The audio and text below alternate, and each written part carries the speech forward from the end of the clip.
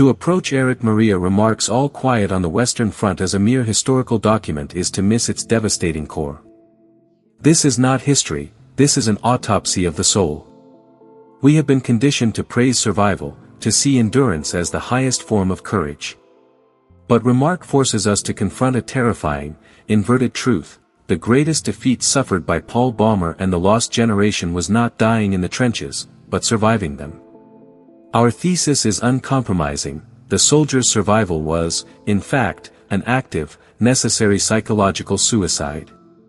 Their resilience, their ability to endure the horror, was the very mechanism by which they systematically destroyed their own capacity for humanity. The tragedy begins, as all great tragedies do, with a lie, the great lie of glory preached by the old world. Paul Baumer, Müller, Kropp, and Lear were sent to the front armed with abstract nouns: duty, honor, fatherland. These concepts, polished and empty, were nothing more than a fragile glass shield shattered by the first shell. The moment they stepped into the mire of the Western Front, they realized that the values of their civilization, the poetry, the education, the intellectual ambitions, were useless, actively dangerous relics of a past life they could no longer afford to possess. The military machine, from its lowest level embodied by the petty tyrant Himmelstas, is designed for one singular, monstrous purpose: to force the body to continue functioning after the soul has already issued its final surrender. The soldiers were put through degradation and humiliation not to make them brave, but to make them empty. The rigid, senseless discipline was the first act of spiritual violence, ensuring that the young men's minds would no longer prioritize complex thought or feeling over basic, unthinking obedience. This dehumanization is the price of entry into the war. And once they are thrust into the chaos of the barrage, the true psychological engineering begins. To withstand the constant, random, industrialized nature of death, the mind of the soldier must achieve a complete separation from its moral and emotional past. This separation manifests as emotional numbness, a mechanism so thorough, so vital to self-preservation, that it operates as a sophisticated form of functional psychosis. Paul's mind stops registering death as tragedy. He stops registering pain as a call for human compassion. He learns to categorize the screams, the shrapnel, the mud, and the endless dying not as moral or philosophical events, but as pure, raw sensory data. His senses become divorced from his feelings.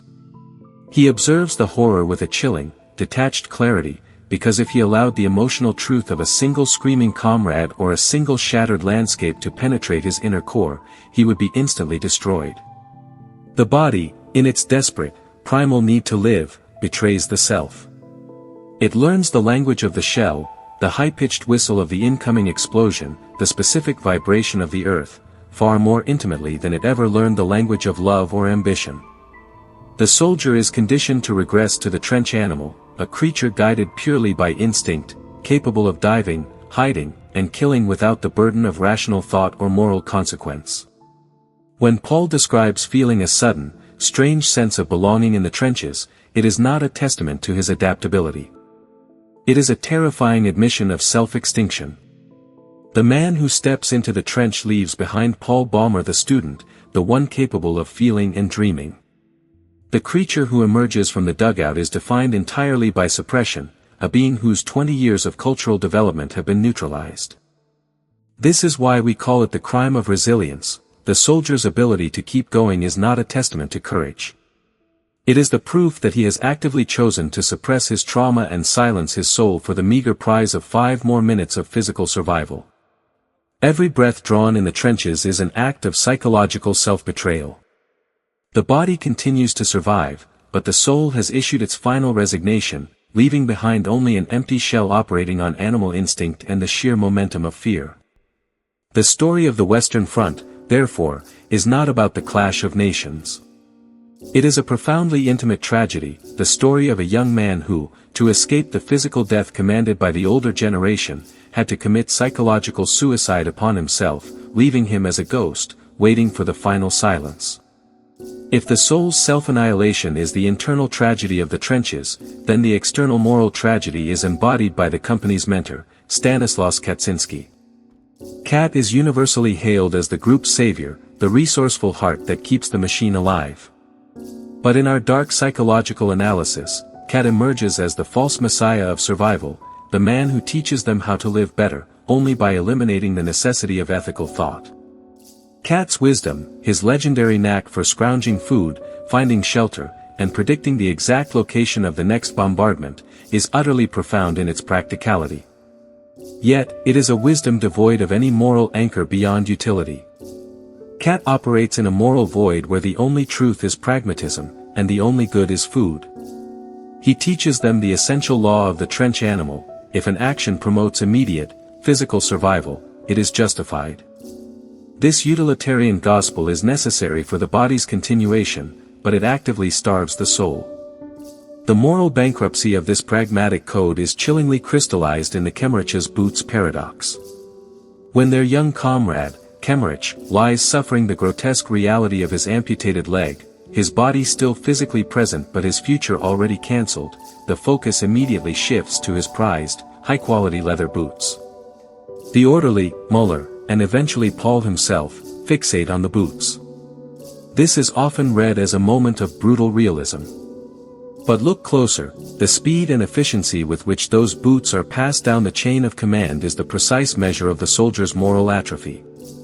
The boots symbolize the last remnant of Kemmerich's identity, his final, futile connection to the material world. To seize them, to utilize them instantly, requires the soldiers to bypass grief, to suppress compassion, and to confirm that the life they just witnessed flicker out is nothing more than a transfer of usable property. The act of taking the boots is an affirmation of the new moral constant: in the trenches, everything is disposable, especially human life. Paul does not fight the necessity, he internalizes it, making him an accomplice in the process of his own emotional numbing. This bleak reality redefines the very nature of trench brotherhood. The bond shared by Paul, Cat, Krop, and Jaden is not the noble, idealistic brotherhood celebrated in patriotic literature. It is a pact of shared terror, a mutually assured survival contract. They share food, they watch each other's backs, and they comfort each other with rough, wordless gestures, not because they share hopes for a future peace, but because they share the certain knowledge of an imminent, violent death. Their loyalty is deep and unconditional, but it is rooted in despair, not love. It is the only human structure that makes sense when the rest of the world has fallen away. This suppression of feeling works effectively until Paul is thrust into the novel's most intense moral crucible, the shell crater confrontation with Gérard Duval, the French soldier. In the chaotic, primal terror of no man's land, Paul is separated from the stabilizing influence of Cat and the group. Pinned down in the muddy hole, he is alone with his trench animal instinct. When Duval, the enemy, leaps into the crater, Paul reacts instantly, blindly, with his savage stab. This killing is not driven by ideology or hatred, it is driven by pure, self-preservational reflex. What follows is the last desperate gasp of Paul's civilian soul before the machine crushes it completely. For hours, Paul is trapped with the dying man. As the raw animal instinct fades, the former student, the sensitive young man capable of poetry, begins to register the humanity he has extinguished. He sees the photographs, the wife, the child, and is overwhelmed by a guilt he can neither repress nor rationalize. Paul's remorse is an act of rebellion against his own psychological suicide. He speaks to the corpse, promising to write to the family, promising to change his life, performing futile acts of atonement. But remark ensures this rebellion is immediately crushed. When Paul finally crawls out of the crater, he is covered in the blood and mud of his victim. His comrades, understanding the depth of the spiritual wound, attempt to clean the physical evidence, but they sternly prohibit Paul from speaking the emotional truth. The moral code of the trenches demands immediate suppression. The fleeting return of Paul's humanity is suffocated by the communal necessity of emotional numbness. The soldier's shell seals shut again, harder and colder than before. Paul is saved physically, but he is now locked into a life of profound, unconfessable guilt. The pragmatism of the trenches, the cold, utilitarian code of Cat has won. Paul has confirmed that to survive, The price is not just physical risk, but the absolute elimination of the moral self. The great lie of glory began the process, but the void of pragmatism completed the soul's annihilation. Having survived the moral crucible of the shell crater, Paul Bäumer faces a test far more insidious than the violence of the front, the quiet, suffocating lie of the civilian world. The moment he steps off the train for his home leave, the narrative shifts from the brutality of physics to the cruelty of psychology. He has returned to the world he fought to protect, only to realize he is utterly, irrevocably alienated from it. The home leave paradox is the devastating punchline of the war's psychological destruction. Paul feels no joy, no profound relief upon seeing his home. Instead, he is engulfed by a sense of profound foreignness. The streets, the neighbors, the familiar rhythms of civilian life, they are not sanctuaries. They are a foreign land whose language he has forgotten how to speak. The emotional and physical landscape of the trenches, where his survival animal lived, is brutally honest.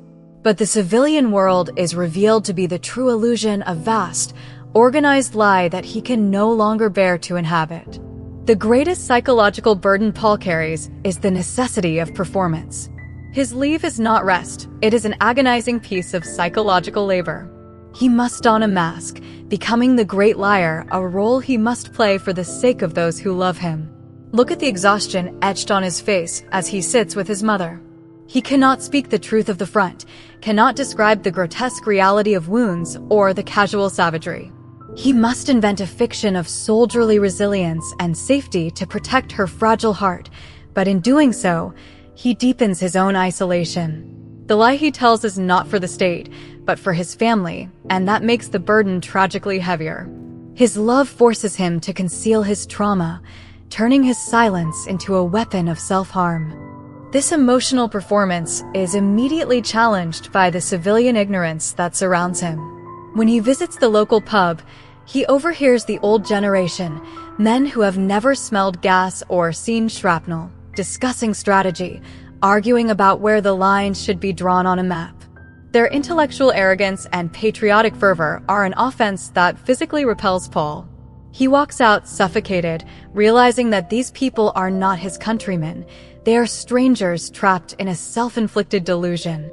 The betrayal is not that the old generation lied about the war. The tragedy is that Paul realized they were lying to themselves about their own relevance and power. The war has proved their ideals useless, yet they cling to them, making their world the greater illusion. The final, devastating psychological confirmation of his homelessness occurs in his old bedroom. He walks through the space of his former life, touching his books, his piano, the relics of the sensitive student. But the objects reject him. The words on the pages are meaningless. When he touches the piano keys, the sound is discordant. The music that once defined him is now unreachable. The self that loved beauty committed suicide in the trenches, leaving no anchor to which Paul could return. The psychological gap is permanent. He is a ghost visiting his own past, and the past recognizes him only as a haunted stranger. Paul Bäumer, the soldier, discovers that he is completely psychologically homeless. He realizes that he belongs neither to the past that rejected him nor to a future that offers him nothing but the endless, empty repetition of routine. This leads to the most chilling conclusion of this segment, Paul's profound relief upon returning to the front. He embraces the familiar chaos of the trenches. He runs back to the war not because he is brave, but because he is seeking the only place where his empty soul feels authentic. The trenches, for all their terror, are honest. They require no lies, no emotional performance, and no connection to a future that he knows he will never possess. The front is his final, desperate sanctuary, a tragic confirmation that the life he lived, the shell he inhabited, was only viable within the war machine itself. He is a ghost voluntarily returning to the battlefield, recognizing that the grave of his soul is the only home he has left. The final phase of the soldier's existence is a chilling process of psychological consumption. Having been rejected by the world of peace, Paul and his remaining comrades exist only to witness their own slow, systematic erasure. Paul's world shrinks day by day, defined not by the faces that remain, but by the empty spaces where his friends once stood. The deaths of Muller, Lear, and the others are devastating strokes that erase his connection to different facets of his past life. Muller, the intellectual, takes Paul's old civilian boots, the final, brutal affirmation that all life is reducible to utility. With every comrade that falls, Paul loses another witness to his original self, another anchor to the memories of the classroom and the youthful dreams. He becomes increasingly isolated, not just physically, but existentially, a floating entity detached from purpose or connection. This relentless psychological warfare culminates in the final, unbearable catastrophe, the loss of Stanislaus Kaczynski. Kat was more than a friend. He was the pragmatic structure, the moral void, the false messiah who taught Paul the necessary language of the beast. He was the final, stable unit in a world defined by chaos. When Kat is wounded, Paul's actions are pure, fierce love, a desperate, final, instinctive attempt to assert his lingering humanity. He carries Kat's heavy, bleeding body across the field, struggling under the weight, his face etched with a singular, profound determination. But the final irony of the war is cruel and absolute. Kat dies from a tiny, arbitrary splinter of shrapnel to the head, right as Paul reaches the safety of the medical station. The manner of Kat's death seals Paul's fate. It is not a noble, cinematic sacrifice. It is a meaningless, arbitrary dismissal. The machine of war does not honor courage. It adheres to the rules of chance. With Kat gone, the last true structure of Paul's world collapses. He is left utterly alone, fully detached, a ghost that has lost the one person who acknowledged its spectral existence. Paul is now the last ghost of the lost generation, complete in his emotional numbness, waiting only for release. This final, profound solitude sets the stage for the novel's climax, the death of Paul Baumer himself. He dies on a quiet, unremarkable autumn day in October 1918, just before the armistice is signed. His death is reduced to a single, devastating line in the military report, "All quiet on the Western Front." This is the ultimate, profound inversion. The tragedy is not the timing, though the irony is heartbreaking. The true meaning is that the phrase "all quiet on the Western Front" finally signifies that the internal, psychological war that had raged in Paul's mind for years, the constant, exhausting battle between his lost human self and the trench animal, has finally ended. The machine that consumed him now reports its own process complete. When Paul's body is discovered, his expression is described as calm, as if almost glad the end had come. This is not the noble peace of a hero resting from his labors. It is the serenity of the final release, the profound relief of an empty soul escaping the crushing mental effort required to maintain the lie of survival. He is free from the burden of memory, the chasm of alienation, and the necessity of being the great liar. Remarks terrifying, enduring truth is this: the war's ultimate defeat was the mind's necessary surrender to emptiness. The eternal lie of survival forced an entire generation to commit psychological suicide just to survive 5 more minutes. All Quiet on the Western Front remains the most powerful testament to the fact that, in industrialized war, the soul is always the first casualty, leaving only a calm, still body on a day when there is, officially, nothing new to report.